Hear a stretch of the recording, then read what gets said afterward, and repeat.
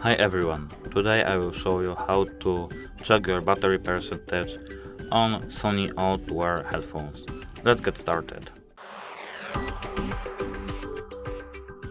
So at first you have to turn on your headphones, clicking this button over here.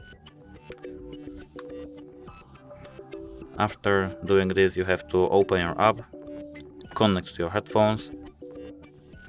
Your phone will do it automatically, but you have to wait a few minutes.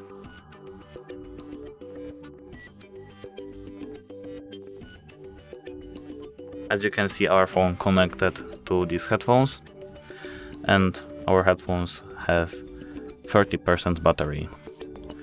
Thanks for watching, like and subscribe. See you in the next video. Goodbye.